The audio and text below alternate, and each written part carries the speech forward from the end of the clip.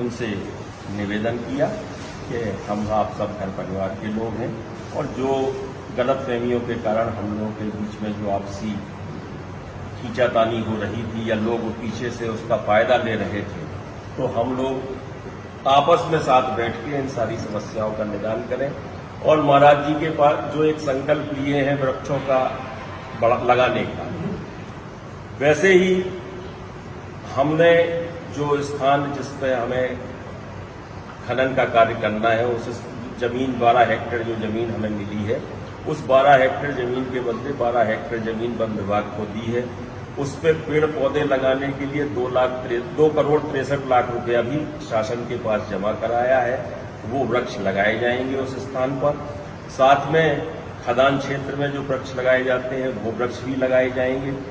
और वैसे भी छतरपुर में मैं वृक्षारोपण का कार्य आज से नहीं अनेक वर्षों से कर रहा हूं। बागेश्वर महाराज जी ने भी 11 लाख पेड़ों का जो संकल्प लिया है उसमें भी सहभागी रहता हूं और वृक्ष लगाना है। वृक्ष हम लगाते रहते हैं और वृक्षों की संख्या को हमें दिनों दिन बढ़ाना है, जिससे हमारे क्षेत्र का, हमारे इलाके का पर्यावरण अच्छा रहे। और ये प्रक्रिया महाराज जी के साथ मिलकर हम लोग और निरंतरता से आगे बढ़ाएंगे। यही हम लोगों के बीच में बैठ के आपस में आज विचार विमर्श।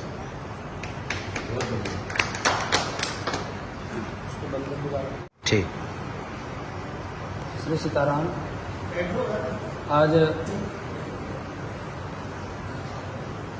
हम लोग पोरसा धाम में रामराजा सरकार के चरणों में यहाँ कनक भवन में हमारे पूज्य गुरुदेव सिंघारी जी महाराज के सानिध्य में अर्जन भैया, जिनकी खदान वैदपुर जंगल में लगनी है,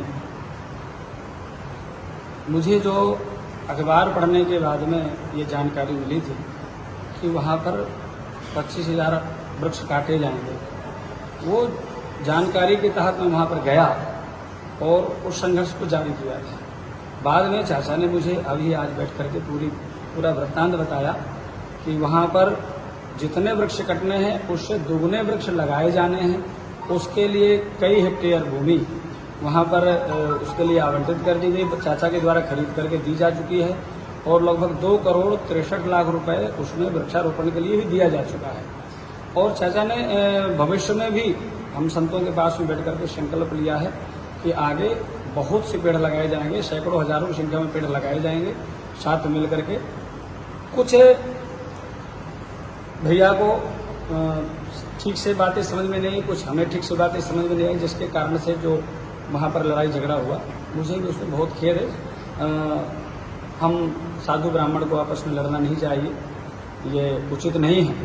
लेकिन जिस प्रकार से वहाँ पर ना समझ के कारण से ये हुआ है वो निश्चित ही अनुचित है और हमारी आपस में बैठ करके चर्चा हो गई है।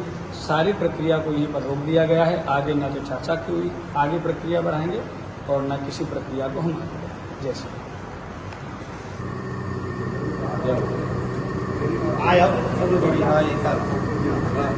लो पप्पू यही खड़े होकर